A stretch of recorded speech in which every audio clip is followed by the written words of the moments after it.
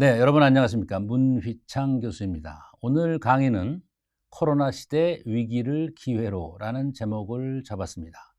부제로서 생존뿐 아니라 번영인데요. 이게 무슨 말이냐면은 이게 인간과 다른 생물체, 동물과 차이점은 다른 생명체는 위기가 있으면은 위기에서 살아남는 것이 목적이고 더 이상 발전을 안 합니다. 근데 우리 인간은 지난 이 수천 년 동안의 역사를 보면은 위기가 있을 때마다 많이 힘들었지만 또 피해도 있었지만 생존을 할 뿐만 아니라 그다음에는 반드시 번영을 합니다. 그래서 이번 기회에 코로나 시대 위기를 정말로 기회로 잡아야 되겠는데 그냥 기회로 잡자라는 선언적인 강의가 아니라 구체적인 전략을 제시하고 역사적으로 한번 증명을 한 다음에 미래의 우리의 전략적 시사점을 찾도록 하겠습니다. 자, 시작하겠습니다. 첫 번째는 최근의 중요한 이슈와 두 가지의 견해라는 것은 긍정적 견해랑 부정적 견해가 되겠죠. 그다음에 이제 주요 팬데믹이라는 게 이제 세계적인 전염병, 유행병이죠. 팬데믹 사례를 보고 그다음에 현재 진행하고 있는 코비드 19 분야별 변화와 시사점, 그다음에 이에 따른 미래 전략 제안과 결론을 맺도록 하겠습니다. 자, 우선 최근의 중요한 이슈는요. 지난 1년 동안 우선 코로나 시대입니다. 그래서 여기서 이것을 위기를 기회로 만들어야 되고 두 번째는 또 여러분들이 지금 많이 당황하는 것이 AI, 인공지능이라는 게 있는데 이것을 얼마나 알아야 하는가. 그러니까 제가 강의하는 코로나 시대는 위기에서 살아남자가 아니라 위기를 딛고 더욱 번성하자는 얘기고요. 인공지능 그러면은 우리가 보통 인공지능을 알아야 한다 그러면은 인공지능을 잘 모르는 사람들은 아, 이거 뭐 내가 골치 아프게 거기까지 알아야 되느냐. 안 하고 살 수 있는 방법은 없느냐. 그런데 인공지능을 알아야 한다가 아니라 인공지능을 얼마나 알아야 하는가가 핵심입니다. 예를 들면 자동차가 새로 만들어지면은 어떤 사람은 자동차의 원리와 엔진과 기본적인 것까지도 다 이해하고 만들 수 있어야 되는 사람은 그건 뭐 개발자, 기술자가 되는 거고 어떤 사람은 자동차를 운전할 뿐만 아니라 타이어의 압력을 체크하고 엔진 오일 정도 바꾸고 이런 사람도 있고 어떤 사람은 그냥 운전만 하면 되는 거예요. 그렇다고 자동차를 전혀 모르면 현대 사회를 살 수가 없습니다. 아니면 뭐 자동차가 움직이는 교통신호 규칙이라도 알아야 됩니다. 그러니까 자동차를 속속들이 알자가 아니라 자기의 분야에 따라서 문과와 이과가 다르고 그다음에 CEO가 다르고 중간 계층이 다르고 그다음에 신입사원이 다르니까 우리가 자기의 그 하는 업무에 따라서 인공지능을 얼마나 알아야 하는가를 가지고 하는 것이 중요한 이슈가 되겠습니다. 또 하나의 이슈는 세계 경제와 미중 무역 분쟁. 우리는 특히 이제 수출이 중요한 나라이기 때문에 이 세계 경제가 중요한데 이게 미국과 중국의 무역 분쟁이 세계 경제를 이해하는데 핵심이 되고 있습니다.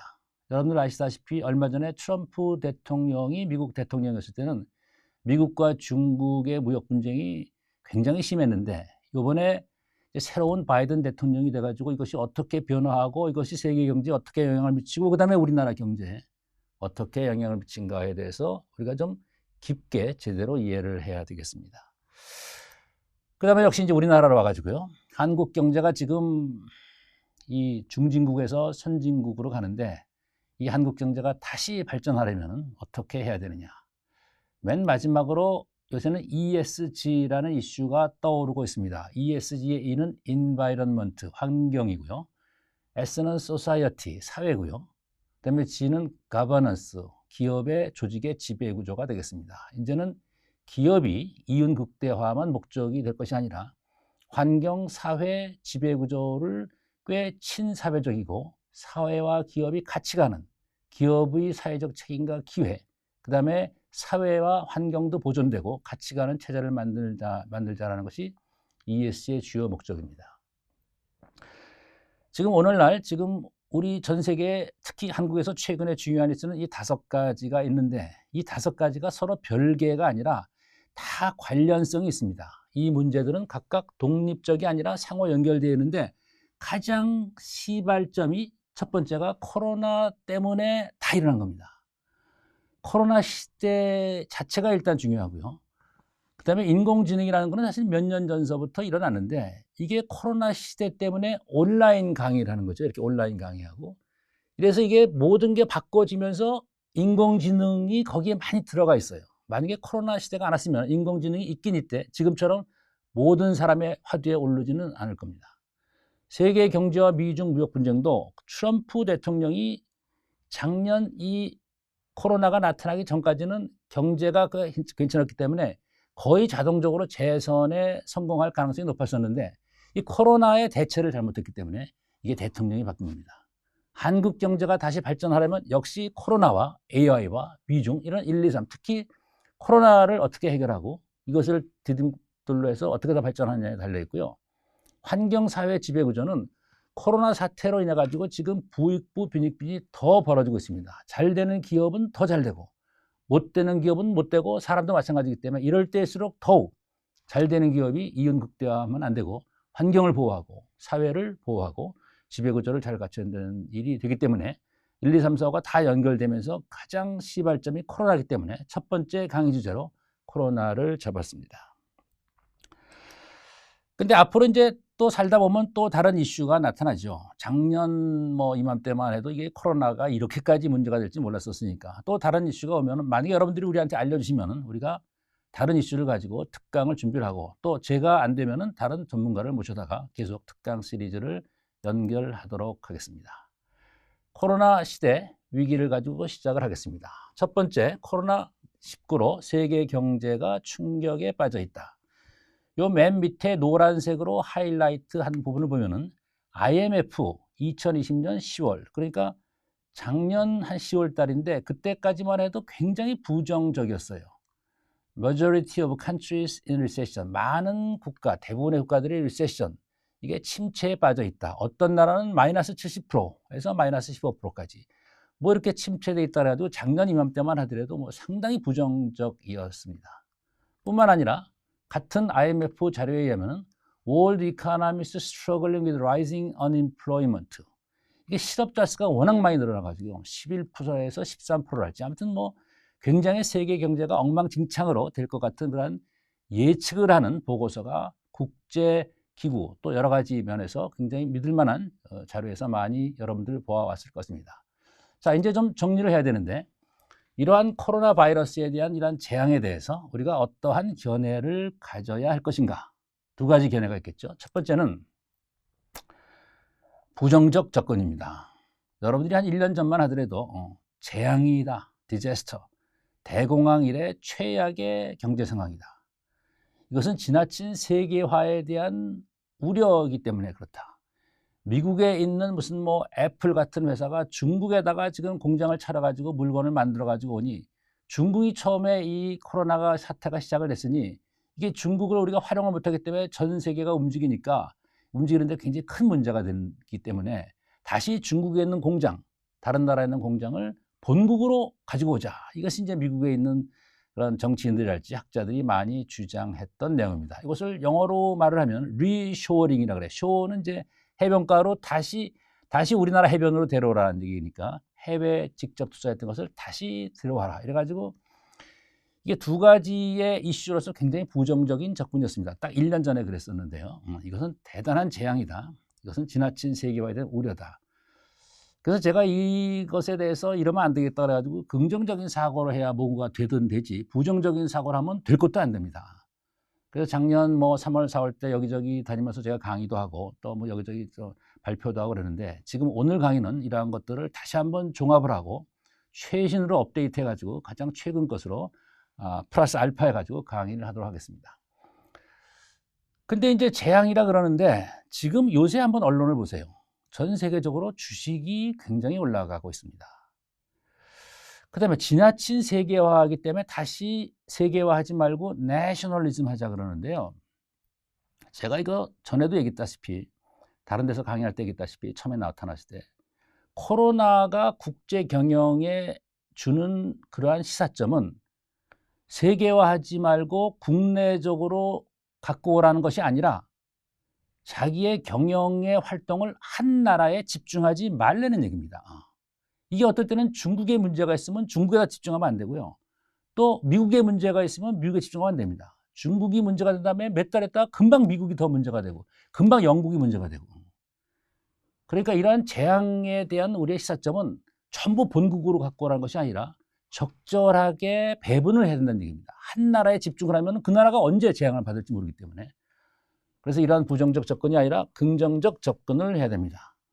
첫 번째는 우리 인류의 역사상 수천 년, 수만 년 역사간 여러 가지의 전염병이랄지 다른 재난이 있었는데 인류는 생존해 왔기 때문에 이렇게 인류가 이게 만만치 않아요. 그리고 그때마다 번영을 했습니다.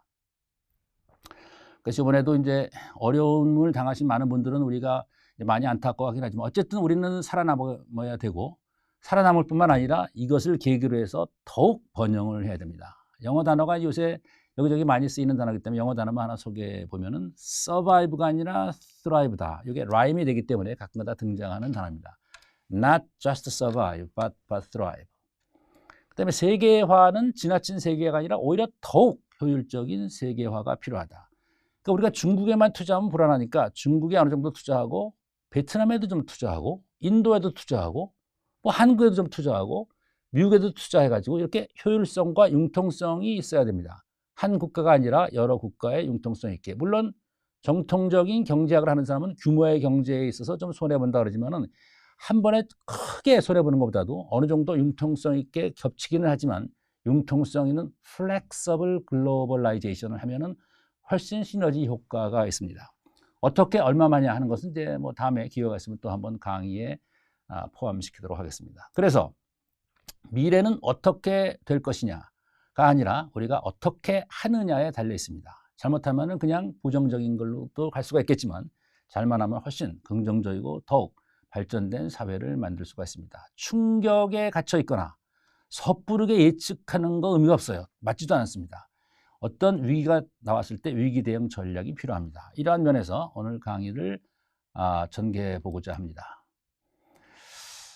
그 성공 사례를 보면은 아까는 이제 부정적인 사례인데 성공 사례는 뭐 어저께 사실은 쿠팡이 뉴욕에 상장을 했는데 지금 쿠팡 같은 회사가 굉장히 잘 되고 있죠. 또 뭐 G마켓도 잘 되고 있고. 그러니까 2019년 대비 성장한 회사들도 있고 대비 하락한 회사도 있고 성장 하락이 있습니다.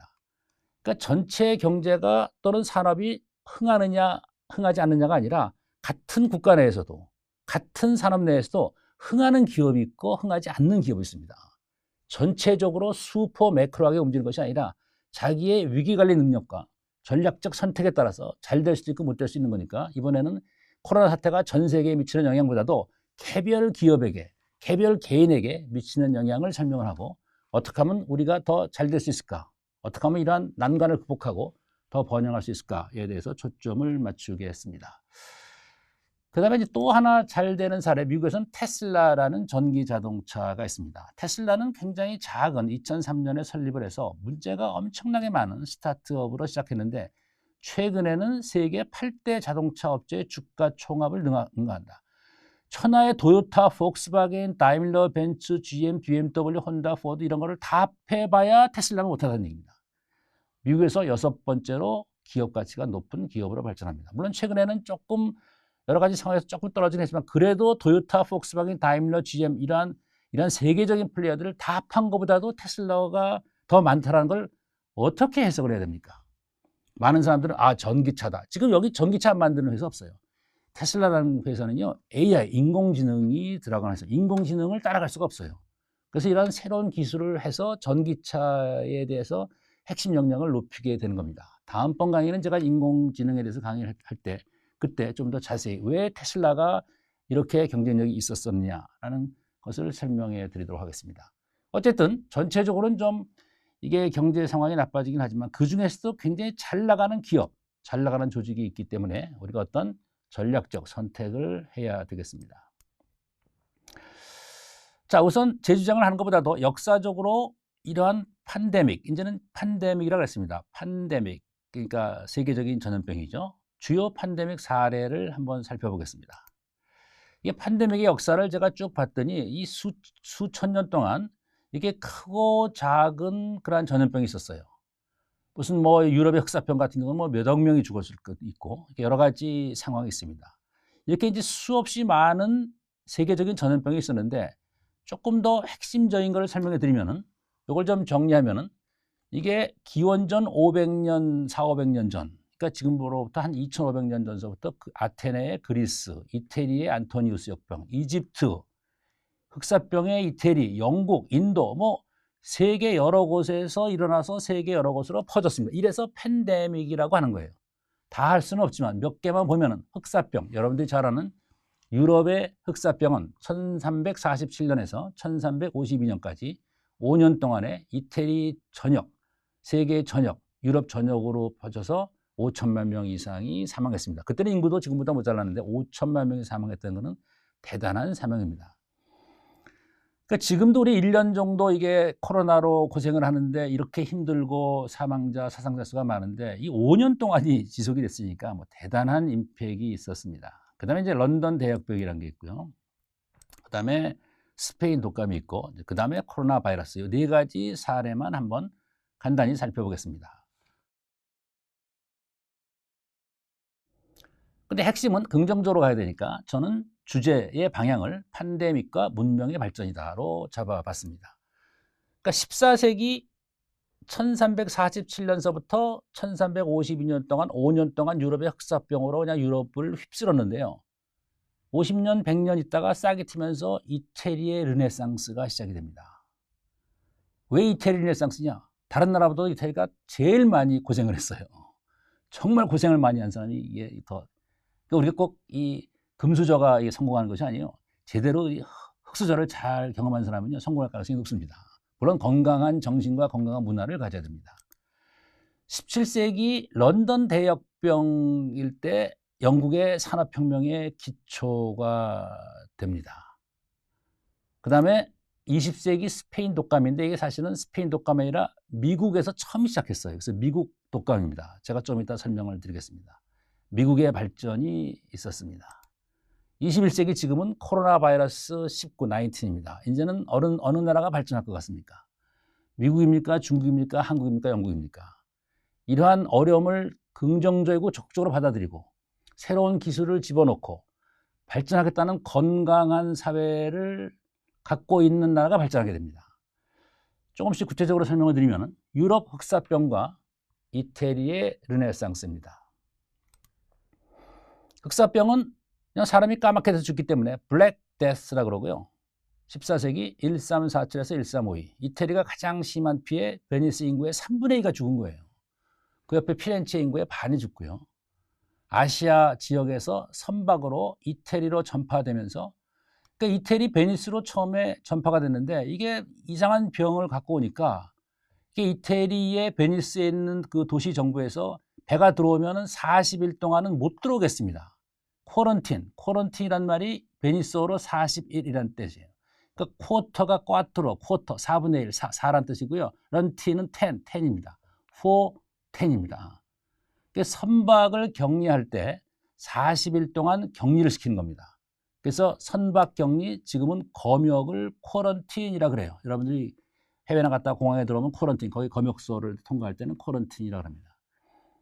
그러니까 옛날에는 40일이었는데 요새는 2주, 보름 정도 합니다. 그러니까 자꾸 재발이 되긴 되는데 40일이 맞는지도 몰라요.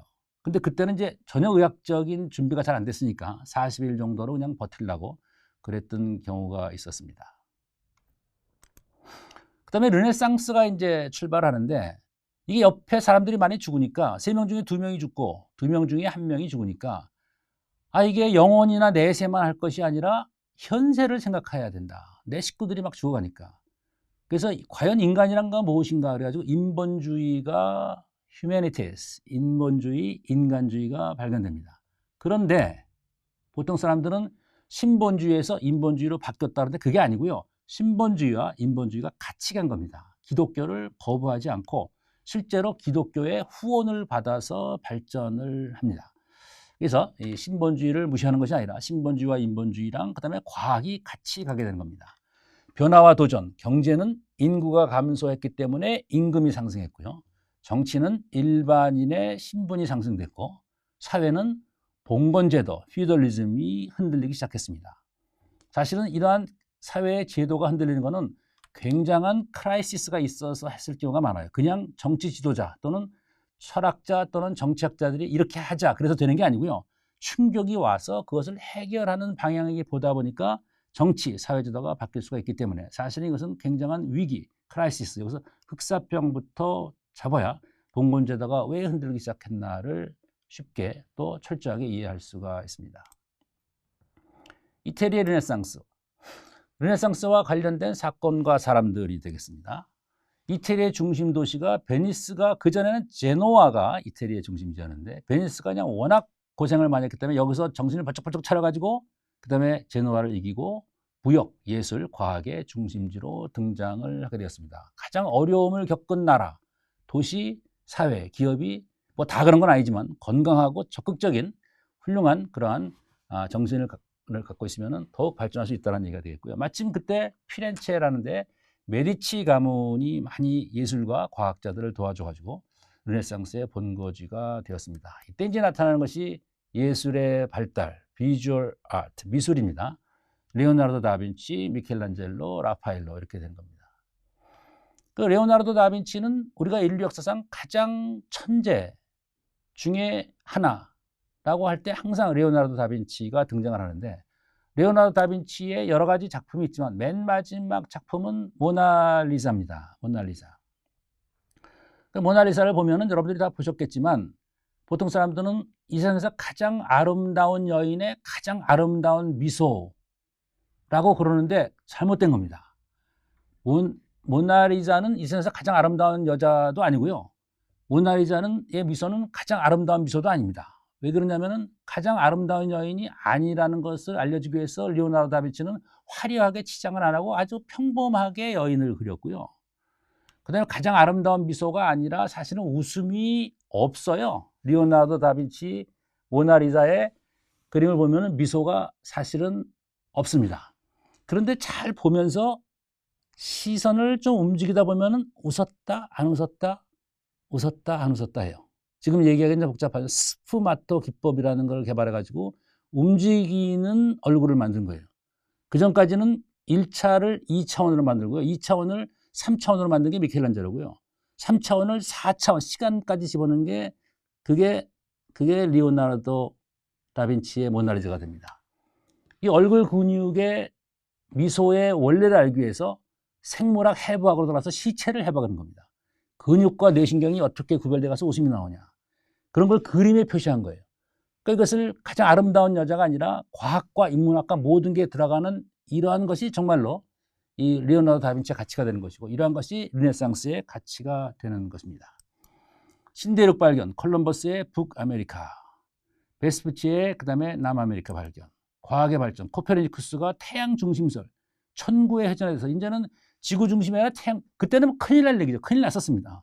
그 밑에 갈릴레오가 별에서 온 메신저 그래가지고 역시 태양 중심설. 그 당시에 신분주의에서 있을 수가 없는 건데 인문학의 발견, 과학의 발견 그래가지고 엄청난 사건들이 일어나가지고 인류의 문명을 한 차원 확 앞서게 만들었습니다. 런던 전염병과 영국의 산업혁명을 말씀드리겠죠. 런던 전염병, 17세기 런던이 가장 심한 피해, 쥐벼룩으로 감염, 쿼런틴, 사망자 지분 40일간 봉쇄 비슷했고요. 산업혁명의 기초가 됐습니다.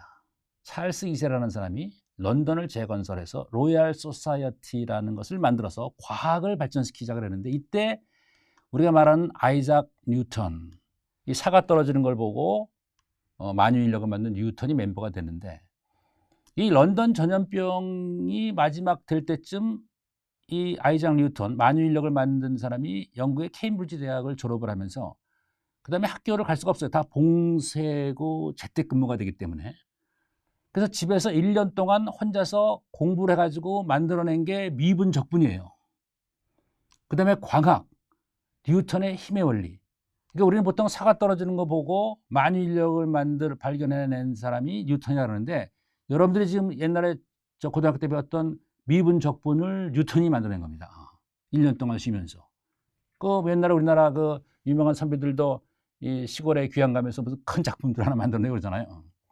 이렇게 건강하고 훌륭한 사람들은 그때 이제 미적분을 만들어내고 광학의 원리를 만들어내고 광학을 빛을 분해해 봤더니 빨주노초 파남보가 되고 다시 합하니까 하얀색이 되더라. 이거를 발견한 겁니다. 뉴턴이. 우리가 아는 것보다도 훨씬 훌륭한 일들을 많이 하신 분인데 그것이 다 이 런던 전염병 끝날 때쯤 재택근무하면서 만들었다는 얘기입니다.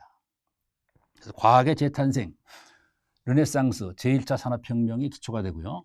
뿐만 아니라 문학적으로, 철학적으로 Age of Reason, 이성주의, 계몽주의가 개발이 되고 기존의 왕이랄지 종교에 대해서 또 우주 구조에 대해서 새로운 도전을 해가지고 이 과학이 발전하고 철학이 발전하게 됩니다. 변화와 도전, 인구 감소, 임금 상승. 그래서 아담 스미스의 국부론은 자꾸 임금이 상승하니까 어떻게 더 경제학적으로 그 노동력을 잘 활용할 수 있을까라는 얘기를 하는 것으로부터 시작합니다. 아담 스미스 국부론을 보는 거니까.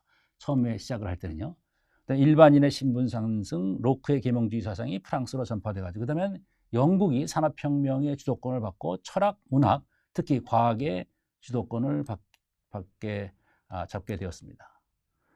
관련된 사건과 사람들, 과학의 발전, 뉴턴이 미적분을 만들어냈고요. 움직임의 법칙, 만유인력, 광학을 만들었습니다. 이때 그 라이프니츠라는 사람이 있는데 거의 비슷한 시기에 뉴턴과 거의 비슷한 시기에 독일 사람인데 이 사람도 미적분을 만들어냈어요.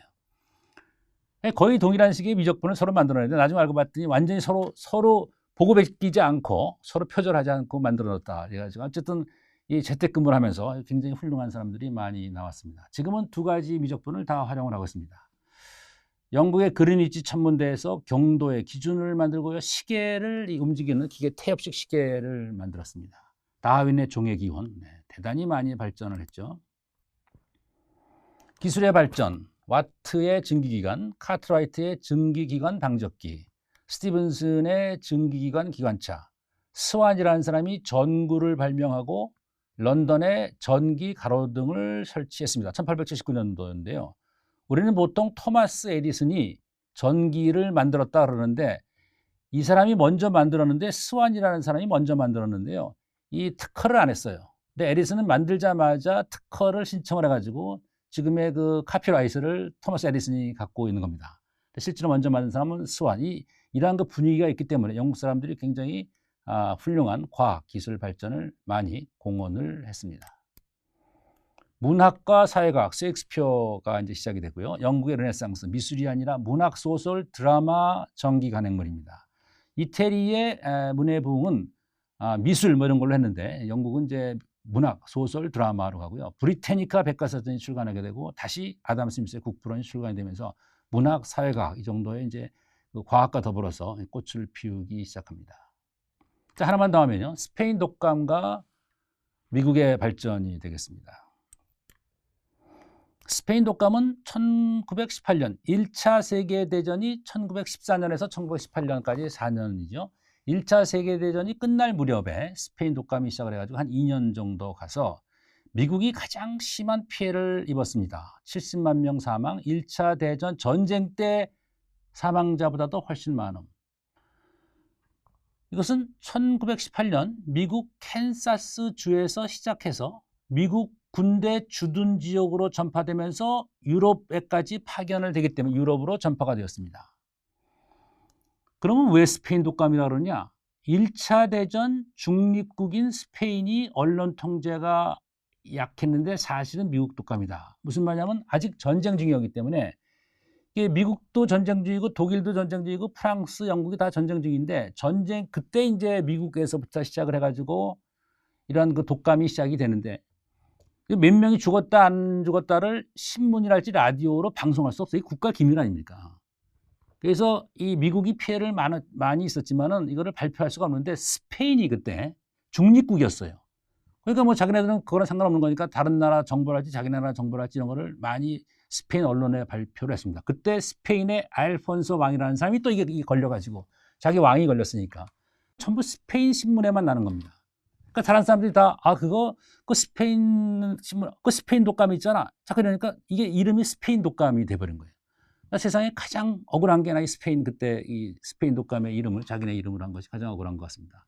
사실은 미국 독감이었고요. 그다음에 미국이 엄청난 피해를 받고 이것을 기준으로 삼아가지고 다시 미국이 크게 발전을 하기 시작합니다.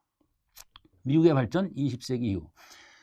일단 이런 스페인 독감이 있었을 때 미국 독감이죠. 집회 금지 마스크 착용 지금이랑 비슷해요. 그러니까 종전 후 병리학 발전, 인수 공통 질병, 조류 인간 돼지 2005년 바이러스 재생 완전 성공. 선진국의 특징이 있습니다. 후진국은 소 잃고 외양간을 잘 안 고치고요. 선진국은 소 잃고 외양간을 고칩니다. 세계적인 리더는 소 잃고 외양간을 철저하게 고칩니다. 요새는 미국이 좀 문제가 있는 면도 있지만 그 당시에 미국은 이제 저도 미국에서 공부도 하고 좀 오래 살아봤습니다만 그 무슨 일이 있으면 그걸 굉장히 아주 굉장히 끝까지 가는 경우가 있어요. 특히 이제 학계에서는 그 원인을 끝까지 밝혀야 이제 논문도 쓰고 그러기 때문에. 그래서 병리학 이 질병이 왜 그러냐면요. 원래 바이러스란 거는 동물이면 동물, 사람이면 사람인데 동물과 사람 간에 왔다 갔다 하지 않게 돼 있어요, 원래는. 근데 이게 여기서부터는 인수 공통 질병이 된 겁니다. 사람과 동물이 왔다 갔다 해요. 그래서 이러한 그 바이러스를 재생을 2005년 얼마나 됐습니까? 한참 후에나 이 2005년도에 이 바이러스 재생을 성공을 하면서 주변에 있는 의학, 병리학 지식이 많이 발전을 하게 됩니다. 여러 분야에서 과학 및 실용적 기술이 발전하고요.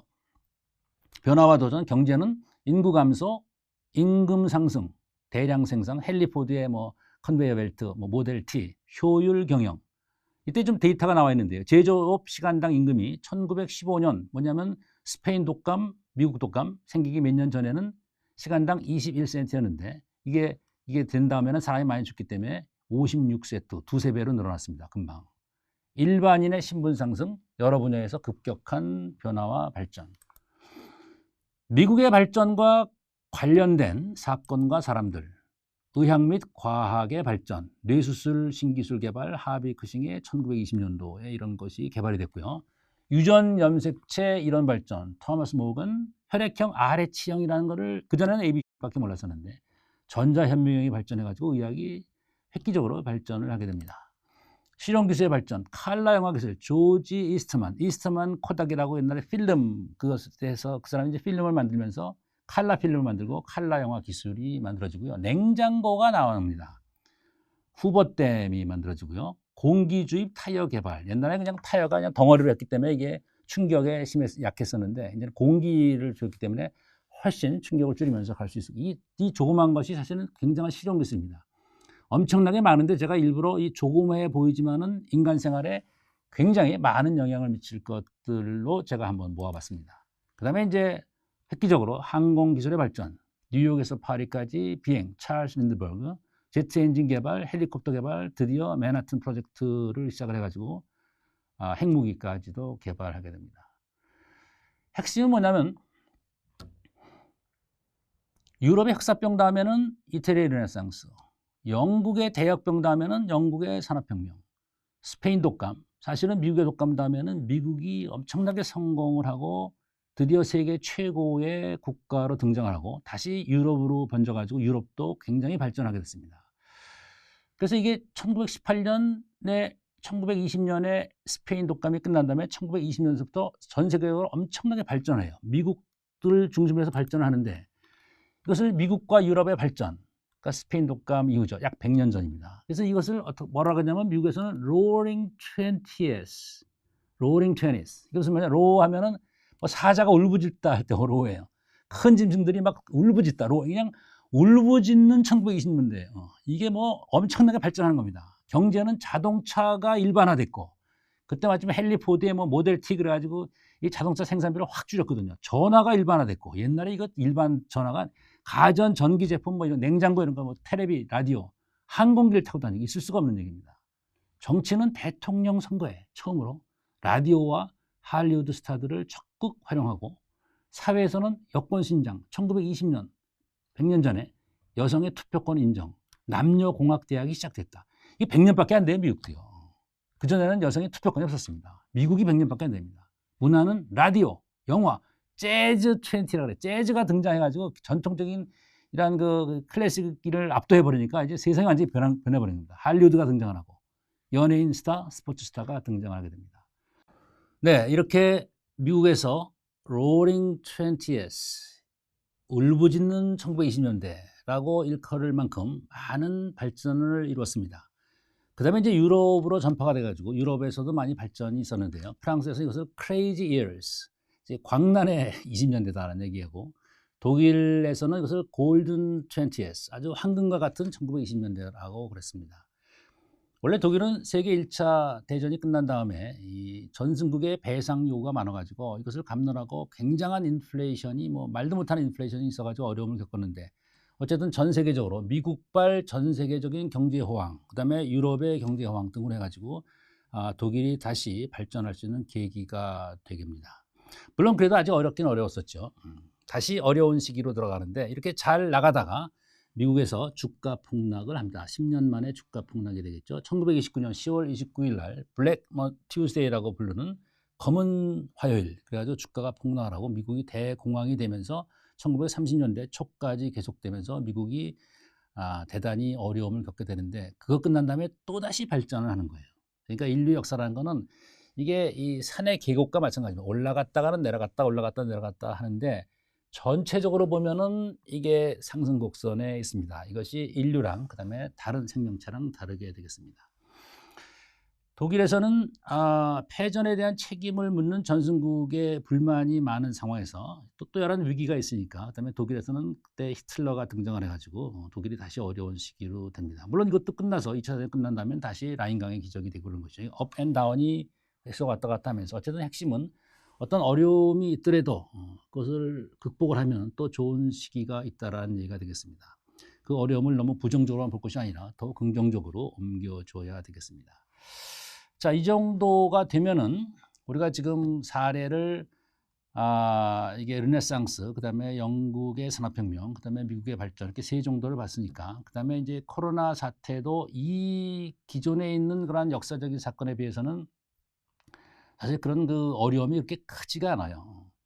이게 여러분들이 이제 보통은 자기가 알고 있는 걸 가지고 이 삶의 지혜를 얻는데, 이게 굉장히 어려운 상황이 있어가지고 내가 지금 이 의사 결정을 잘 모르겠다 그러면은 그때 역사 공부를 좀 하면 됩니다. 옛날에도 이러한 비슷한 사례가 있는데 인간은 망했는가, 이러한 기업은 망했는가, 이러한 사람은 망했는가, 아주 어려움이 있을 때는 조금 옛날 역사책을 보고 역사 공부를 하면은 조금 더 자신감도 생기고 조금 더 마음이 가라앉아가지고 더욱 좋은 미래를 설계할 수가 있습니다. 자, 어쨌든 결론은 이러한 어려움을 많이 겪었지만 우리는 살아남았을 뿐만 아니라 더욱 번영해 왔습니다. 자, 그러면 이제 코비드-19, 이제는 코로나 사태에 대해서 집중적으로 분석을 해보도록 하겠습니다. 그 다음에 분야별 변화와 그 다음에 시사점을 말씀드리겠습니다.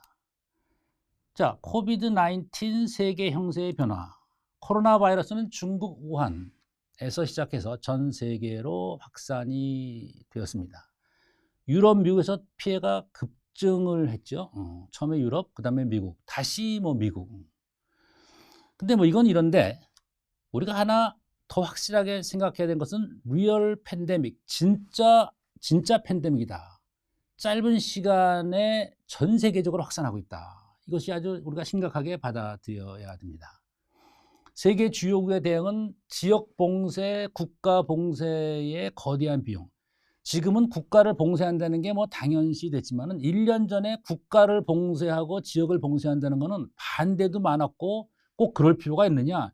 이게 보통 비용이 아니에요. 지금 외국에서 오는 비행기를 다 막는다. 이게 말이 안 되는 거 아닙니까? 지금 9시까지만 무슨 장사를 하라.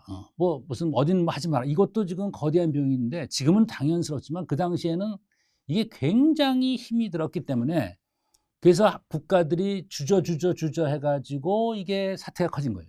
그때 이제 타이완, 대만 같은 경우는 그 전에 사스 때 워낙 고생을 많이 했기 때문에 그냥 빨리 봉쇄를 하고, 몇 개 이제 동남아시아 국가도 빨리 봉쇄를 해가지고 좀 괜찮긴 괜찮았지만, 어쨌든 미국과 같은 큰 나라, 유럽, 특히 우리나라만 하더라도 사실은 쉽게 봉쇄를 못해요. 나중에 지나고 나니까 왜 그때 봉쇄 안 했냐 그러지만, 그 당시에 봉쇄한다는 건 엄청난 코스트가 들기 때문에 사실은 쉽지 않았습니다. 중국, 유럽, 미국의 실패 사례를 봤고요. 오히려 아시아의 일부, 타이완이랄지 뭐 싱가포르랄지 처음에 성공했는데, 그 다음에 싱가포르가 또 한 번 실패했다가 다시 성공을 하고, 동유럽 같은 데가 성공을 했어요. 왜 그러냐면은 서유럽은 그래도 좀 의료가 많이 발전해 있었는데, 동유럽은 의료가 많이 발전을 안 했기 때문에 처음부터 좀 지레 겁을 먹고 좀 봉쇄를 한 게 효과가 있었습니다. 남아프리카도 좀 그랬고요. 다시 말하면 세계 주요국의 대응은 선진국, 후진국, 동양, 서양에 상관없이 전부 실패와 이 성공 사례입니다. 계속 성공하는 그런 국가랄 지역은 없습니다. 그러니까 요번에 코로나 팬데믹을 겪고 난 다음에 우리가 다시 한번 몇 년 있다 리뷰할 때는 선진국 사례, 후진국 사례, 동양 사례, 서양 사례를 해가지고 정말로 좋은 매뉴얼을 만들어서 이런 게 또 올 거 아닙니까? 앞으로 영원히 안 올지는 않을 테니까. 이 또 왔을 때 우리가 좀 더 효율적으로 대처하는 그런 방안을 마련해야 되겠습니다. 변화와 도전, 경제는 오프라인에서 온라인, 교육, 기업 등 다양한 분야고요. 정치는 민주주의 위기냐, 권위주의 위기냐. 이게 민주주의는 이게 함부로 무슨 경제를 막을 수가 없어요. 뭐 난리가 나니까. 그래서 미국도 뭐 망설이다가 이렇게 된 거고요. 또 권위주의는 지금은 좀 잘하고 있지만 처음에는 막 그 정보를 뭐 막기도 하고 그래가지고 지금 나중에 이제 아직은 확실한 진실이 다 안 밝혀졌겠지만은 처음에 정보를 뭐 차단했다. 권위주의 정부에서는 가능한 겁니다. 또 나중에는 그것을 또 무슨 뭐 이 방역을 한다랄지 그다음에 이제 코런틴 할 때는 또 권위주의가 한 번에 할 수가 있는 거니까 권위주의도 잘할 때가 있고 못할 때가 있고 민주주의도 잘할 때가 있고 못할 때가 있기 때문에 이것도 끝나고 나면은 경제뿐만 아니라 정치적인 체제에도 굉장히 우리가 어떤 그런 그 변화가 있을 것입니다. 사회적으로는 뭐 할 말 없이 지금 대단히 변화를 하고 있죠. 재택근무로 그냥 재택근무한다는 것이 아니라 출퇴근 교통이 되니까 이제 회사를 화이트 칼라는 대부분 반 이상은 회사를 안 나가요. 지금 뭐 꽤 선진국, 우리나라도 좀 그런 회사가 있지만은 선진국 같은 경우에 화이트 칼라는 뭐 거의 안 나갑니다. 어떤 회사는 지금 뭐 헤지펀드 이런 컨설팅 회사 이런 회사들은 그냥 1년 내내 앞으로 영원히 안 와도 된다. 일만 잘하면은. 그 어디다 출근하냐? 클라우드라고 있잖아요, 지금. 그러니까 이게 클라우드 지금 AI라는 게 있고 빅데이터라는 게 있고 디지털 트랜스포메이션이라는 게 있는데 이러한 것들 AI가 빅데이터를 가지고 처리할 때 내가 갖고 있는 퍼스널 컴퓨터, 노트북에서는 처리가 안 돼요. 용량이 작기 때문에. 이 하늘에 있는 구름, 클라우드, 가상 공간에다가 클라우드를 만들어가지고 거기에 들어가지고 거기서 처리를 해야 됩니다. 옛날에는 클라우드 공간이라는 것이 혹시 내가 데이터를 잊어버리면 안 되니까 그 클라우드에다가 저장한다는 저장 역할만 하는데 이제는 여기서 프로세스를 하는 겁니다. 게다가 전부 재택근무를 하는 거니까 여러 명이 굉장히 큰 데이터를 가지고 굉장히 복잡한 연산에 의해서 여러 명이 접속을 해야 되기 때문에 이 클라우드에 있는 자기네 회사의 계정에 접속을 해야 돼요. 그래서 요새 미국에 있는 그런 그 큰 잘 나가는 금융회사들은 이것을 클라우드 커뮤니팅이라고 합니다. 클라우드로 출근한다는 얘기야. 클라우드. 그러니까 물론 집에서 해도 되고 밖에 나가서 해도 되고. 그러니까 재택근무로 출퇴근 교통은 좀 변화가 있을 것이고 클라우드 그러니까 오피스 커뮤팅이 아니라 컴퍼니 커뮤팅이 아니라 클라우드 커뮤팅이 되고요. 주거지가 시내랑 교회. 그래서 아직은 우리나라는 변하고 있지 않지만 이제 뭐 아시아 몇 개 국가도 그렇고 또 미국의 무슨 뭐 샌프란시스코, 뭐 LA 그다음에 뭐 뉴욕 이런 데는 시내 다운타운은 이제 집값이 떨어지고 교외에는 집값이 늘어나고요. 그래서 엄청난 환경 변화가 있습니다. 그러니까 그냥 회사 안 나가고 재택근무가 아니라요. 내년 후년 되면 대단한 변화가 있는데 이것을 무시하고 가만히 있으면 절대로 처지게 됩니다. 빨리 효율적으로 적극적으로 받아들여가지고 이번을 정말로 위기를 기회로 삼아야 된다는 얘기입니다. 사회 모든 분야에서 변화가 일어나는데 몇 가지 중요한 것만 보겠습니다. 뭐 환경 변화랄지, 뭐 교육이랄지, 기업이랄지 이렇게 몇 개만 보도록 하겠습니다. 환경 변화 보도록 하죠. 자, 환경이 얼마나 중요한가? 환경 보호의 중요성. 이번에 코로나 바이러스는 모든 사람이 직접 영향을 받는 심각한 문제입니다. 옛날에 무슨 뭐 사스랄지 에이즈랄지 무슨 뭐 메르스만 하더라도 내가 조심만 하면은 안 걸릴 것 같았었어요. 내가 피부로 느끼지 않는 병이에요. 내가 좀 뭔가 좀 조심하고 위생 좀 철저하고 그러면 난 그런 병 안 걸리잖아요. 근데 요새 나와 있는 코로나 바이러스는 아무리 조심해도 개런티가 안 되는 거예요. 언제든지 걸릴 수가 있는 거예요. 아무리 마스크 써도 걸릴 수가 있습니다. 그래서 정말로 이 환경 보호가 지금 뭐 괜히 착한 마음에서 미래를 위해서 하는 것이 아니라 모든 사람이 지금 직접 영향을 받는 정말 심각한 문제인데 또 한편 뉴스를 봤더니 뭐 어디에 공기가 맑아졌다. 뭐 물이 맑아졌다. 이런 거를 몇 달 전에 들었어요. 그러니까 우리는 이게 우리 조금만 좀 조심을 하면 공기도 맑아지고 물도 맑아지는 거구나. 그러니까 이게 플러스 마이너스를 다 느껴야 됩니다. 잘못하면 이게 큰일 나는 거고 잘만 하면은 이게 굉장히 좋은 면이 있을 수 있는 거구나. 그러니까 무조건 이런 그 무슨 뭐 낙천적인 상황이 아니라 긍정적으로 적극적으로 그러면 우리가 요번을 기회로 공기도 좀 맑게 하고 물 좀 맑게 하자 이렇게 할 수가 있습니다. 시사점 환경 문제는 후손에게 해당하는 먼 얘기가 아니라 당장 시급한 문제다. 우리가 뭐 파리 조약 그럼 뭐 탄소가 뭐 지금 뭐 온도가 뭐 몇 도씩 올랐는데 어떻게 되면 2050년 되면은 그다음에 얼마가 되고 2100년 되면 어떻게 되면 우리가 아까 100년 있다는 뭐 내 나랑 상관없는 거니까 상관없다는데 그게 아니란 말이에요. 당장 시급한 문제예요. 그러니까 파리 기후 조약뿐만 아니라 모든 환경 문제를 우리가 더욱 적극적으로 더욱 긍정적으로 지금 우리가 관심을 가지고 실행에 옮겨야 됩니다. 그렇지만 잘못하면 피해도 크지만 조금만 노력하면 그렇게 힘들지 않아요. 어떻게 보면 조금만 노력하면 환경보호에 큰 효과도 가능하다. 자, 조금 깊숙이 들어가서 팬데믹 발생의 원인, 비위생적 처리, 숙주 멸종과 숙주 전이로 전염이 되는데 근데 아주 옛날에는 그게 좀 힘들지만 동물은 그래도 동물끼리 되고 사람은 뭐 사람끼리 되는데 이제는 동물에서 사람으로 오고 사람에서 동물 간다 이거예요. 동물과 사람이 이게 이 인수 공통 질병, 사람과 동물의 공통 질병, 이것을 genetic infection이라고 합니다. 이런 것이 생겨났기 때문에 이게 보통 문제가 아니랍니다. 동물과 사람이 전이가 되는 거니까. 그래서 어쨌든 전쟁, 비위생적인 상태, 어떤 이런 처리 등등을 해가지고 우리가 이것을 뭐 환경이 지구의 뭐 온난화뿐만 아니라 이런 동물 보존이랄지 이런 것도 아마 굉장히 활동적으로 앞으로만 나타날 것으로 생각이 됩니다. 이것을 근본적인 원인을 잡아야 우리가 그 크라이시스를 좀 더 줄일 수가 있습니다. 자, 질병인데요. 그럼 코로나 바이러스는 언제 종료할 것인가? 언제 종료할 것 같습니까? 코로나 바이러스가 종료하는 것은 두 가지의 종류가 있습니다. 하나는 의학적 종료가 있고요. 하나는 사회적 종료라는 게 있어요. 의학적 종료라는 것은 발병 및 사망률이 굉장히 낮아질 때, 지금 현대의학으로 이 바이러스를 완전히 죽일 수가 없습니다. 여태까지는. 감기약도 지금 개발 안 된 거예요. 왜냐하면 수시로 변화하니까 하나 만들면 금방 변이종이 나타나면 죽일 수가 없어요. 그래서 지금 이제 외국 언론을 보면은 끝나지는 않고 not ending. 그렇지만은 이게 상승 속도가 전염 속도가 점점 이게 평평해지고 그다음에 나중에 내려가면은 이 정도면 괜찮다. 그러니까 확진자가 뭐 예를 들면 하루에 한 15명이다. 예를 들면 그러면 괜찮을 거 아니에요. 그래서 영어 표현으로 그 해외 언론을 보면 not ending but flattening the curve.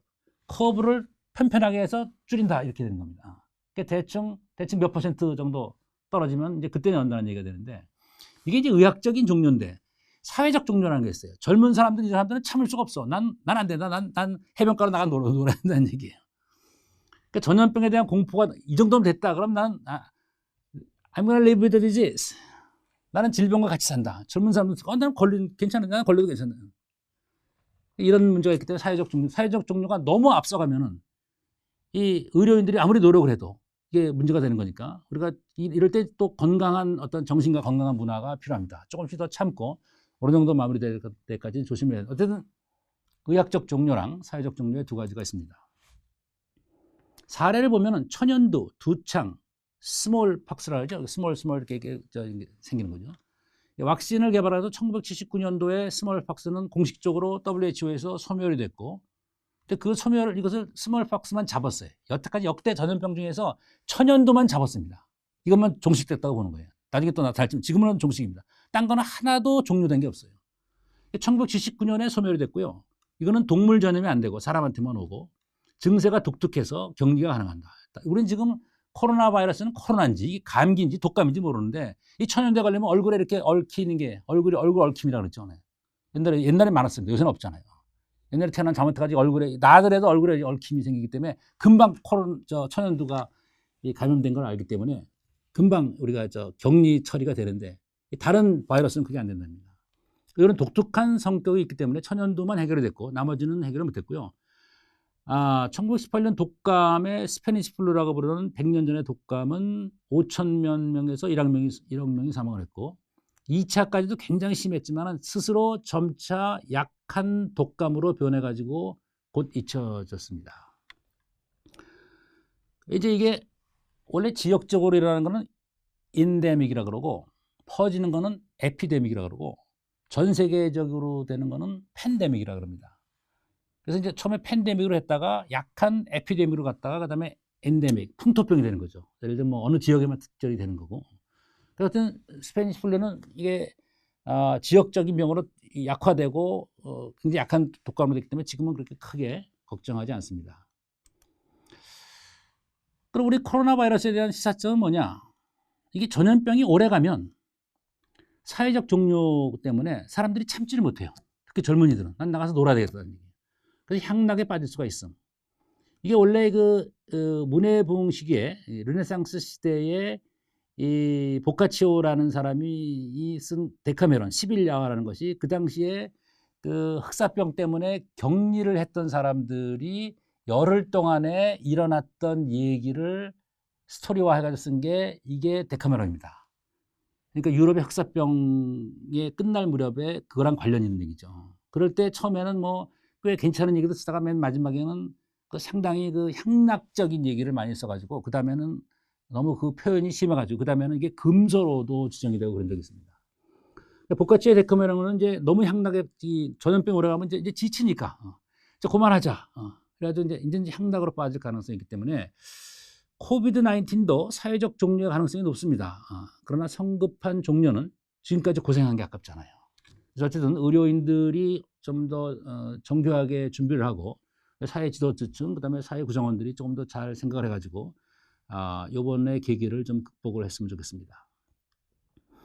미국에서는 의료인들 몇 명이랑 돈 많은 사람들이 모여가지고 맨하탄 프로젝트라는 거를 만들어가지고 맨하탄 프로젝트라는 건 원래 2차 세계대전 중에 그 원자폭탄을 만들던 그런 미국의 프로젝트죠. 근데 이거는 지금 원자폭탄보다도 더 중요한 거니까 똑같은 이런 맨하탄 프로젝트를 해가지고 앞으로 미래의 이 팬데믹을 잡을 수 있는 그런 거를 돈을 많이 투자하고 그다음에 의료인들은 자기 시간을 투자해가지고 지금은 이제 비영리 기관으로 지금 시작이 됐다고 합니다. 어쨌든 인류는 언젠가는 우리는 코비드 19을 잡을 것이고 그다음에는 더욱 발전하는 방향으로 나가야 된다고 생각합니다. 자, 환경과 질병을 했고요. 교육, 우리가 하는 교육 얼마나 많이 바뀔 것인가. 교육의 수단. 지금 우리 온라인, 저도 지금 온라인을 하고 있잖아요. 1년 전에는 안 했습니다. 그냥 오프라인. 또 교수님들은 그냥 나는 오프라인을 하지 난 온라인 싫어. 이게 사람을 보면서 해야지 이게 사람이 강의도 잘 되고 그럴 건데 말이에요. 근데 지금은 안 할 수가 없어요. 온라인 해봤더니 장점이 훨씬 많습니다. 저는 이게 이제 코로나 바이러스가 끝나더라도 한 3분의 2는 제가 온라인을 하려고 그래요. 한 3번 중에 2번 정도는. 장점이 생각보다 많습니다. 시간 절약입니다. 제가 지금 외국 대학에 이런 해외 특별 교수로 있는데 원래 한 1년에 한 3개월쯤 가서 거기서 강의를 하고 연구하고 뭐 어드바이스를 줘야 되는데 지금 이제 코로나 바이러스 때문에 못 가잖아요. 이제 온라인으로 이렇게 강의하고 뭐 회의에 참여하고 그런 거니까요. 그냥 가서 1시간 특강하려면 보통 2박 3일 가야 되는데 이거 1시간 특강하면 2시간, 3시간이면 되는 거니까 엄청나게 시간을 절약하고요. 다양한 기능이 있습니다. 보통 이게 강의를 하다 보면은 학생들이 강의를 안 듣고 딴짓을 하면 어떡하냐 이렇게 하잖아요. 그렇죠? 저도 처음에 걱정했는데 이게 이제 제대로 강의를 하면 이제 화면에 여러분들이 다 들어오잖아요. 그럼 강의를 하면 봐가지고 이제 화면을 안 켰다 그러면 키라 그래요. 안 켜 그러면 점수 깎으면 되는 거니까. 그 다음에 켰는데도 뭔가 딴 행동을 하는 학생이 있는 것 같으면 거기를 줌 이렇게 인 해가지고 물어봐요. 또 어떻게 생각하느냐. 근데 이게 50명, 100명 되는 강의는 그런 거 할 수가 없습니다.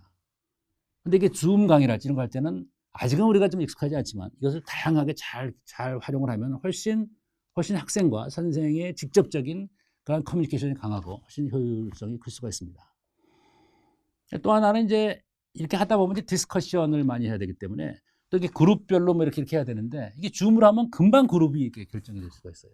그래서 시간 절약 다양한 기능. 그 다음에 많은 기능이 있습니다. 이제 물론 뭐 그럼에도 불구하고 그럼 100% 온라인만 하냐 그러면 안 되죠. 사람이 가까다 만나긴 만나야 되는 거니까. 그러니까 시사점은 온라인을 생각보다 좀 많이 올리고 오프라인 강의도 좀 해야 됩니다. 어떨 때는 사람을 보고 얘기하고 느끼고 좋아하고 이래야 되니까 이것을 심리학에서 휴먼 모먼트, 인간적인 순간을 창출해내라. 휴먼 모먼트. 온라인은 좀 이런 게 좀 약하기 때문에 가끔가다 오프라인을 해야 되기 때문에 온라인과 오프라인의 적절한 조화인데 생각지 않게 점점 온라인의 비중이 많아질 것이다 라는 얘기가 되겠습니다. 그럼 교육의 질이 떨어지지 않겠느냐? 직접 강의보다도 온라인 강의하면은. 그렇지 않습니다. 질이 떨어진다. 교수는 일단 내 강의가 투명하기 때문에 처음에는 교수님들이 힘들어하고 싫어했어요. 왜냐하면 내가 강의하는 게 다 알려지는 거니까. 근데 투명을 하면요, 처음에는 불편하더라도 결국에는 서로 보고 배워요. 저 선생님이 왜 저렇게 인기가 있을까? 교수님들도 보고 배워야 돼요. 나는 왜 문제가 있을까? 내가 다시 한번 봐. 아, 그렇구나. 투명을 하면은 처음에는 불편하지만 상호 러닝 이펙트, 상호 학습 효과가 있기 때문에 발전하고요. 학생들도 투명한 겁니다. 이제는 뭐 조금만 교수님들이 할지 학생들이 익숙해지면요, 자기 화면을 끄고 딴 거 못해요. 그리고 상호 학습. 아, 지금 저 학생들 좀 대단히 열심히 하는 거. 나도 열심히 해야지. 숙제도 뭐 하고 금방 이제 이게 채팅룸에 집어넣어야죠. 지금 어떻게 생각합니까? 빨리 이렇게 그럼 자기 의견을 올려요. 그럼 바꿔서 아, 저렇게 올리는 거구나. 근데 그냥 오프라인 강의를 하면은 질문하는 한 사람 끝날 때 또 질문하고, 이게 줌 강의라니까 한꺼번에 막 올라와가지고요, 굉장히 효율적으로 취사 선택이 됩니다. 그래서 이것을 잘 익숙해지고 잘 활용을 하면, 물론 이제 좋은 건강한 그런 문화상에서 하면 투명해지고 상호학습 효과가 있고, 교직원 선생님들도 업무의 효율적 관리, 웬만하면 온라인으로 하고 뭐 이렇게 하니까 뭐 이제는 AI까지 집어넣으면 시간이 있고요, 딱 정확히 녹화가 되고 정확히 하기 때문에 나중에 서로 딴소리 못합니다. 역시 처음에는 불편하고 어떨 땐 불편한 적이 있겠지만은 역시 정확성이 있고요. 많은 시간을 지금 교직원 선생님들도 이게 좀 어떤 이게 비생산적인 면에 한 경우가 많아요. 이제는 온라인, 그 다음에 AI 등으로 기본적인 걸로 다 맡기고 교직원 선생님들도 더욱 효율적이고 더욱 고급적인 그런 업무를 할 수가 있습니다. 시사점, 변화하기 힘들었던 교육계의 효율성 증가. 저는 뭐 교수만 35년 이상 해왔었는데 정말로 이 교육계 교수님들이 잘 안 변해요. 저도 잘 안 변해요. 내가 최고다 이런 생각이 있는데, 그래서 뭐 옛날부터 한 4, 5년 전서부터 온라인 강의하자. 그럼 뭐 100명 중에 한 2, 3명은 나머지 안 합니다. 지금 100명이 다 해야 돼요. 10년 동안 바꿀 걸 한 달 만에 바꿨습니다. 코로나. 변화하기 힘들었던 교육계의 효율성 증가. 다른 데는 더 합니다. 이거 안 하면 안 되기 때문에. 꼭 온라인뿐만 아니라 뭐 AI, 빅데이터, 또 새로운 기술을 받아들이려는 그런 의도와 그런 노력이 굉장히 높아졌습니다. 새로운 혁신으로 생산성 증가. 저만 해도 많은 시간을 절약할 수 있기 때문에 나머지 시간에 더 많은 강의 준비, 더 많은 연구, 더 많은 컨설팅을 할 수 있고, 다른 선생님들 모두 그렇습니다. 학생들도 그래요. 괜히 출퇴근 시간, 물론 가끔가다 친구도 만나고 동아리 활동도 해야 되겠지만 어쨌든 잘만 활용을 하면 여러분들의 시간을 30%, 50% 이상 세이브하고 그것을 더 자기가 즐겁고 자기가 개발하고 더 생산성 면에 투자하면 대단히 발전해서 새로운 혁신으로 사회의 모든 분야가 발전을 할 것입니다. 내년, 후년쯤 되면요, 대단히 발전을 할 수 있을 거예요. 자, 마지막으로 기업 분야별 성공 전략을 말씀드리겠습니다.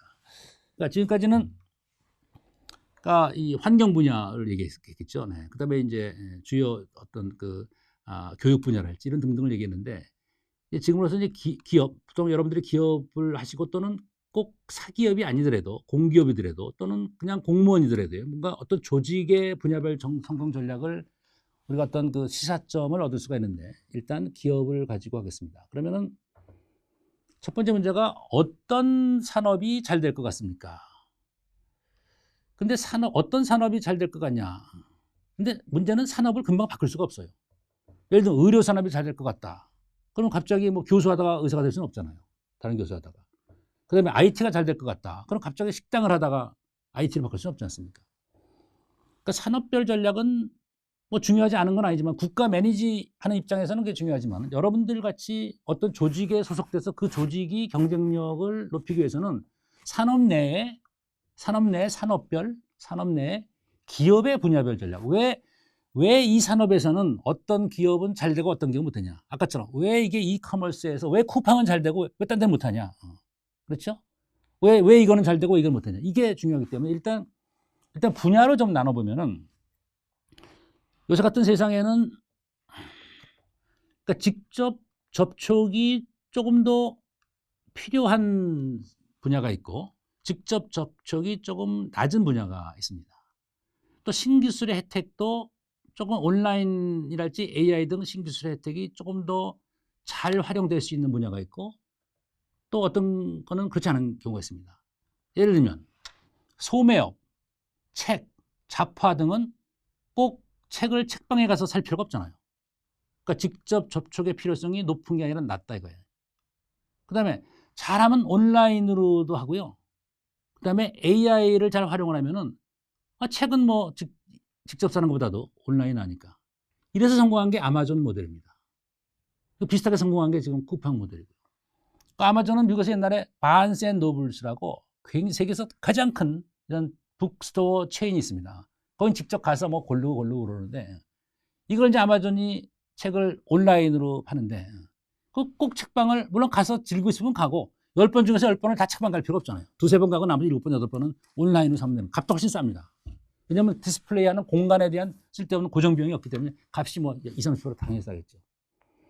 여러분들이 지금 아마존 들어가가지고 책을 사면은 내가 이 책을 산다 그러면은 제가 지금 책이 몇 권 써가지고 제 책을 이제 이렇게 해서 내가 가끔가다 해보면은 그 밑에 이 책을 산 사람은 이러한 책들도 삽니다. 지금 우리나라도 그래요. 그러니까 어떤 책을 여러분들이 선택을 하면은 이 책을 산 사람들은 이러한 책도 삽니다. 이게 뭐냐면 이게 AI가 하는 겁니다. AI 아주 기초 AI가 하는 거예요. 그러니까 온라인 판매뿐만 아니라 AI가 아주 잘 됐어야 돼요.